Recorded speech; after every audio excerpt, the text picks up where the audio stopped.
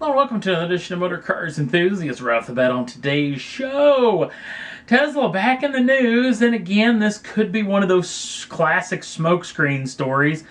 Usually whenever some bad news comes out about the Tesla Motor Corporation, well, the day before, they usually come out with some weirdo news that just kind of comes out, hopefully blanketing or smokescreening the actual bad news that came later. The bad news is the Q1 numbers. The first quarter financial numbers came out and they were pretty horrid.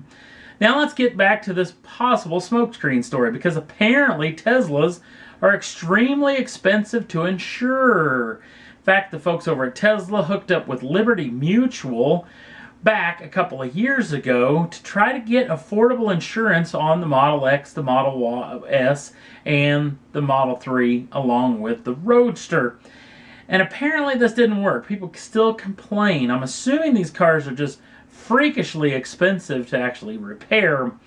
Tesla wants to say that they got one of the safest cars on the planet, and they think the insurance should be accordingly. So, apparently sometime this summer, Tesla's going to have its own insurance company. So if you own a Tesla and you want to insure your car directly through the company, apparently that's going to be a thing, unless it's, again, one of those smokescreen stories.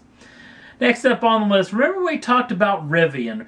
Rivian was getting a ton of interest in big-time investors. Amazon invested in the company, and General Motors was looking to, but apparently talks have broken down over that deal, mainly because General Motors wanted to be exclusive with Rivian, wanted to go steady, apparently. Well, apparently that wasn't a deal that Rivian wanted to do. They wanted to give their technology to everybody a little bit. Well, I'm not going to go that down that path. But now Ford Motor Company has stepped up and chucked in $500 million into Rivian. Apparently for that money, you get the skateboard technology, that being the electric drivetrain, suspension, and the like, and you can put your own top hat on this particular vehicle, that being the skateboard. So it's going to be interesting to see what Ford does with this. There's talk about an electric F-150, possibly a new EV SUV as well using this technology. And again, Rivian seems like it's the hot company, the company of the hour, and they're really getting investors hot and heavy. Next up on the list, well, apparently this is the brand new emblem for the new C8, aka the mid-engine Chevrolet Corvette, that's going to be debuting in a couple of months' time. It's basically still the C7 logo, but all the chrome is gone and it's matte black now.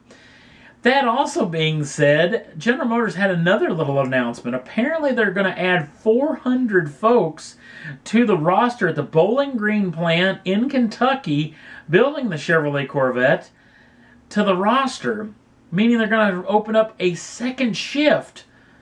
Now, is really there that pent-up demand for the mid-engine Corvette?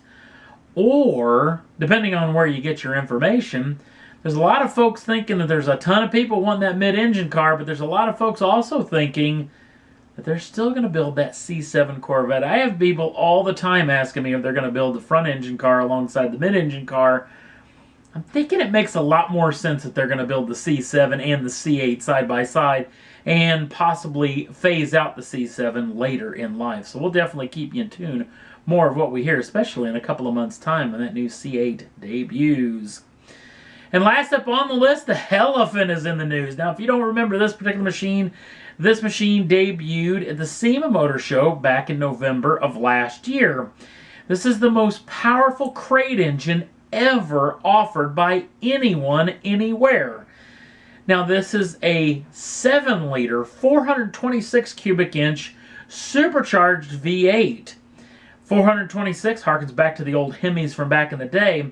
Has a 3-liter supercharger on top, the biggest supercharger ever fitted an FCA vehicle.